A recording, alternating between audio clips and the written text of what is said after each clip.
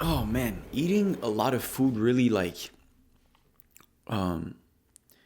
fucks up your energy. I don't know for you guys, but bro, after I eat, bro, I get so tired. But I have to record this video, and I wanted to do a singular video about Justin Gaethje versus Rafael Fiziev, because once again, Justin Gaethje delivers.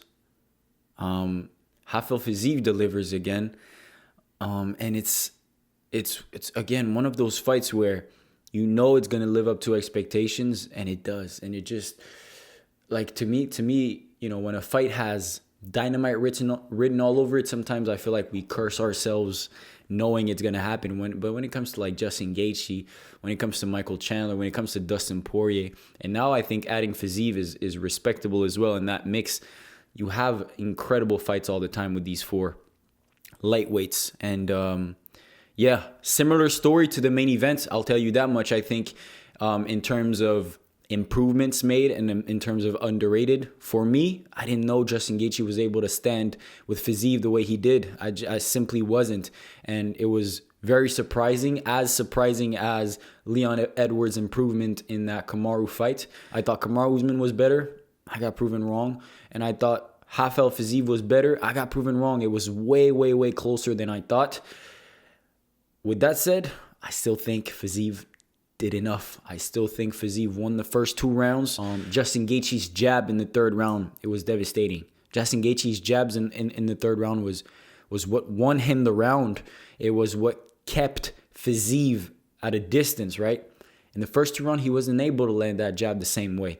And yeah, the thing is, he ended strong. He ended with the 3rd round, probably the most convincing round of all 3 rounds, right? But I think the first 2 were still edged out by Fiziev, especially the first. Second was a bit closer. We'll have to see, because obviously significant strikes matters, damage matters.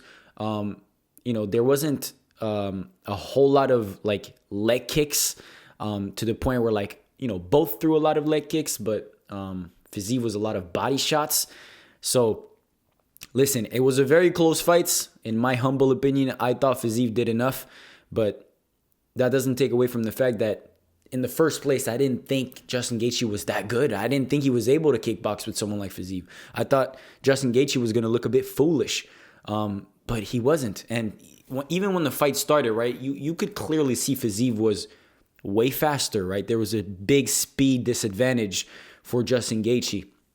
But he still remained composed. He still remained calm under this incredible chaos that Fiziev threw at him in the first round and a half, 2 rounds. You could clearly see that Fiziev was probably a better striker, but Justin Gaethje was a better fighter. The fact that Justin Gaethje has that experience to remain calm under these incredible shots, under the speed, and you know, he was able to always throw something back at Fiziev at all times. So that was extremely surprising. To be honest, I didn't really expect Gaethje to have this great, you know, striking abilities, whether it's just defense or rolling with the punches. He didn't really take any clean shots. You know, he definitely took some shots, and he has a great chin, but he was always able to duck away from the hardest punch and roll with them. And you know, you have to give credit to him, because he surprised me a lot, and I'm sure it's, you know, he surprised a lot of other MMA fans out there, because Fiziev seemed to be so dangerous in his previous fight, and he looked very human in that fight. Justin Gaethje does that to you, man. He makes you look human. Even someone like Fiziev, who looked incredible in all his other fights, he looked human. He looked gassed at the end of the 3rd round, and I can only imagine, you know, a 5-round fights, what Gaethje would have done. That's why I say Gaethje's a better fighter. I think Gaethje over the course of a 5-round fight would have done some very bad things to Fiziev. So, you know, with all that being said, I'm not mad. Gaethje won the fight. I really ain't.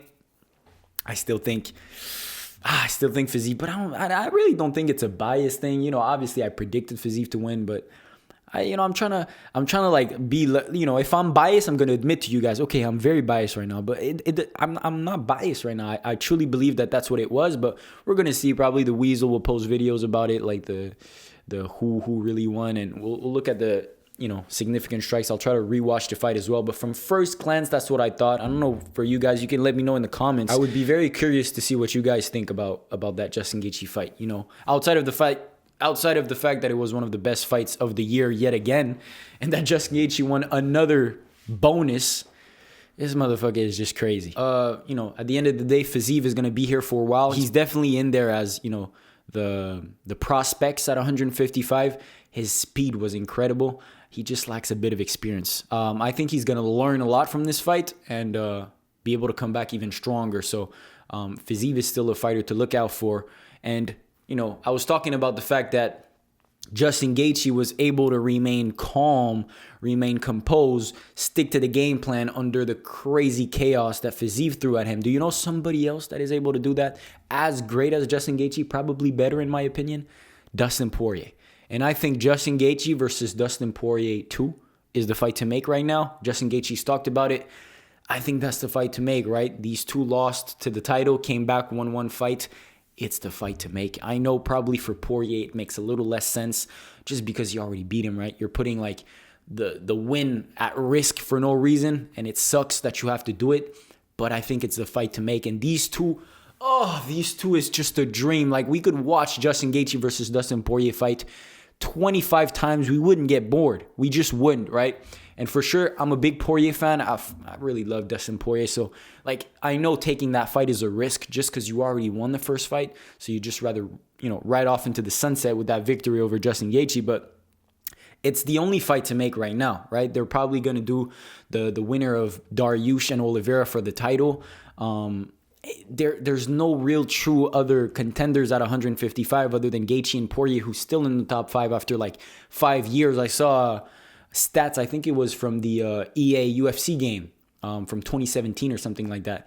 And the top 5s were Khabib, Tony Ferguson, Conor McGregor, Justin, and Dustin. And now 5 years later, the only 2 fighters that are still in the top 5 are Justin and Dustin. And these two are meant to fight each other. I'm not going to lie. These two are meant to fight each other. And just thinking about it now, right? Obviously, they fought in 2017 or 2018. Seeing them fight 5 years later, so much more experience these two fighters have. I don't think he deserved the immediate title shot, to be honest. Let's say if Gaethje loses the title, he gets to the point where he fights for the title and he loses the title, he needs one more fight and then go for it. But then that's what happened to him, right? He lost to Khabib, won one fight against Chandler, and had the opportunity to fight against Oliveira for the title again, lost. Now, it can't be just okay, you win one fight and get an immediate title shot. I think that's a bit a stretch. So Justin versus Poirier makes the most amount of sense. And that's a dream fight for every MMA fans. Absolutely.